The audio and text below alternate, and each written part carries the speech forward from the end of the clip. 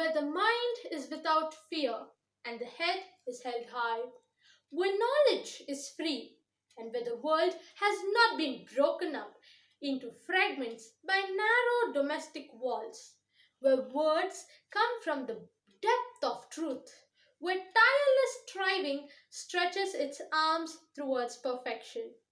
You could be punished for expressing or celebrating your love towards your country.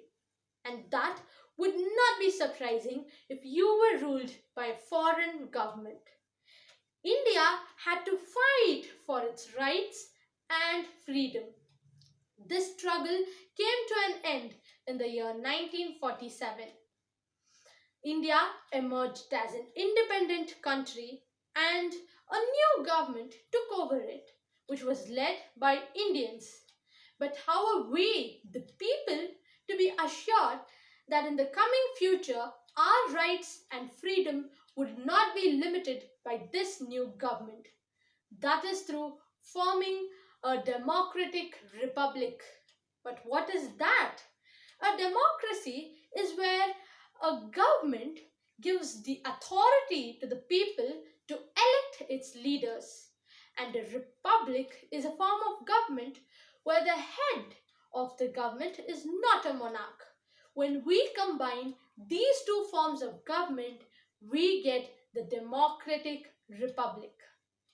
The next question that pops up in our mind is, how does this form of government help in protecting our rights and freedom?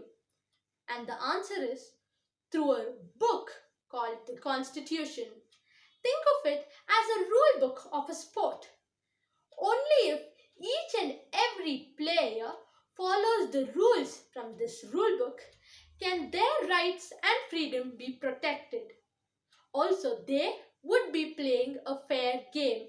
Similarly, in a democratic republic, the citizens and the government are the players and the constitution is the rule book. This constitution defines the powers of the government and the rights, duties and the freedom of its citizens.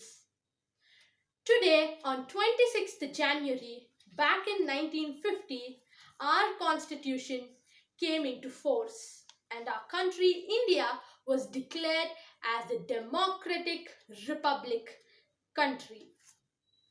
But remember, my friends, this big setup can only survive if we have well-educated, resilient citizens who believe and support in the ideals of the Constitution and look forward to the future of the country and its development, where the mind is led forward by thee into ever-widening thought and action into that heaven of freedom.